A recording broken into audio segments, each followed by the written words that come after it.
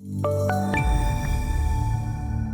the currency quadrant, taking a look at the December Japanese yen futures, which is on a 2-day win streak, finished the day up a little bit more than 0.2%, right around 0.25% higher. We were up almost 0.5% on the highs. 91.71 and a half was the high, down 10 basis points on the low, 91.18 and a half.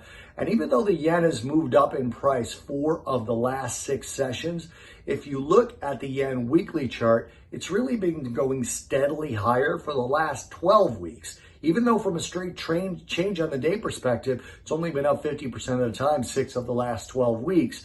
In that time, the yen is up cumulatively about 2.1%. So still in that uptrend today, even though it was a pretty light up day for the yen.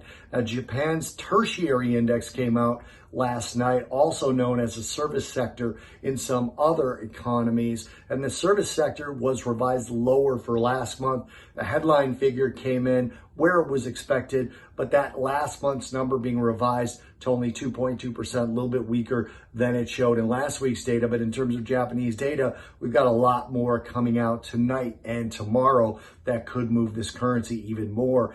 In light of the weakness we're seeing in the US dollar over the last 2 days, tonight we get Japanese balance of trade, their year-over-year import-export figures, as well as stock investments by foreigners for last week and foreign bond investment for last week, which could show the overall domestic interest for obviously equity and stock investments and bond investments that come from their own economy. So right now, that's been trending weaker, but it could help the yen continue to strengthen if that strong yen has driven more into their domestic economy and their domestic investments.